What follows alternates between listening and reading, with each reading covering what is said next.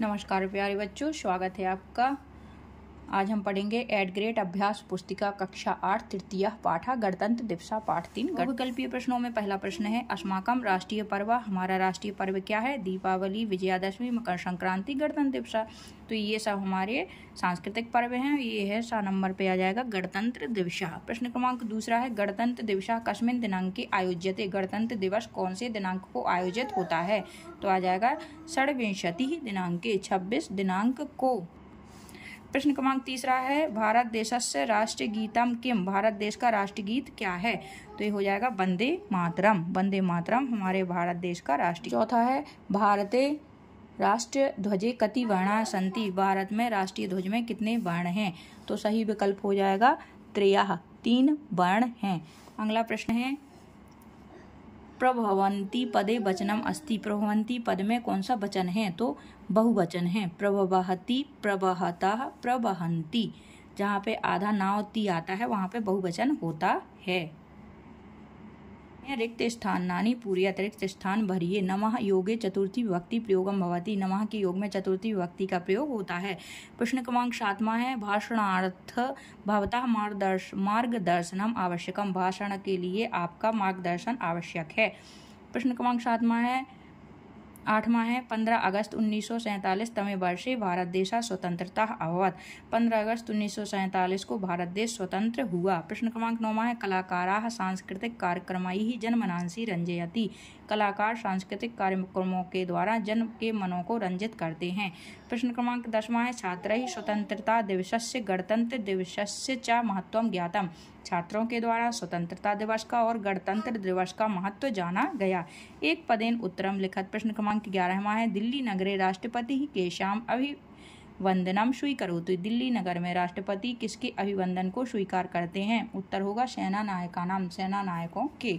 प्रश्न क्रमांक 26वां है 26 संख्या कृते संस्कृत पदम किम अस्ति, 26 संख्या के लिए संस्कृत का क्या पद होगा? उत्तर होगा षड्विंशः, 26। ऐसे लिखेंगे 26 को संस्कृत में। प्रश्न क्रमांक 13वां है भू जल वायु सेनानाम पथ चलनादिकम कथम भवति, भू जल और वायु सेना के पथ चलन कैसा होता है? अद्भुतम चित्ताकर्षकम च, अद्भुत और चित्त को आकर्षित करने वाला होता है। प्रश्न क्रमांक 14वां है राष्ट्रभक्तै लाहौर अधिवेशने किम कृतम, राष्ट्रभक्तों के द्वारा लाहौर अधिवेशन में क्या किया गया?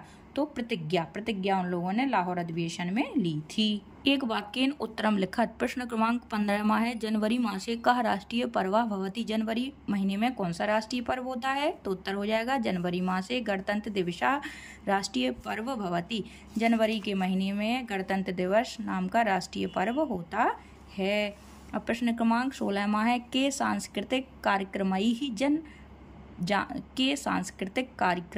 जानपद नृत्यैः च जनमनांसि रंजति, कौन सांस्कृतिक कार्यक्रमों के द्वारा जानपद नृत्यों के द्वारा लोगों के मन को खुश करते हैं? तो उत्तर हो जाएगा कलाकाराः सांस्कृतिक कार्यक्रमैः जानपद नृत्यैः च जनमनांसि रंजन्ति, कलाकार सांस्कृतिक कार्यक्रमों के द्वारा जानपद नृत्यों के द्वारा जन के मनों को रंजित करते हैं। प्रश्न क्रमांक 17वां है राज्यपालाः केषु प्रातिनिध्यं वहन्ति, राज्यपाल किसके प्रतिनिधित्व का वहन करते हैं? उत्तर होगा राज्यपालाः विभिन्न राज्येषु प्रातिनिध्यं वहन्ति, राज्यपालाः विभिन्न राज्यों के प्रतिनिधित्व को वहन करते हैं। प्रश्न क्रमांक 18वां होगा अस्माकं संविधानम कदा प्रारब्धम अभवत, हमारा संविधान कब प्रारंभ हुआ? तो उत्तर हो जाएगा अस्माकं संविधानम 26 जनवरी 1950 तमे वर्षे प्रारब्धम अभवत, हमारा संविधान 26 जनवरी 1950 ईस्वी वर्ष में प्रारंभ हुआ। दीर्घ उत्तरीय प्रश्न में पहला प्रश्न है 19वां गणतंत्र दिवसस्य ऐतिहासिक महत्वम लिखत, गणतंत्र दिवस के ऐतिहासिक महत्व को लिखिए। तो उत्तर हो जाएगा भारतीयानाम अयम प्रतिज्ञा स्वप्नः 1947 तमे वर्षे अगस्त मासस्य 15 दिनांके पूर्णतां गतः, देशः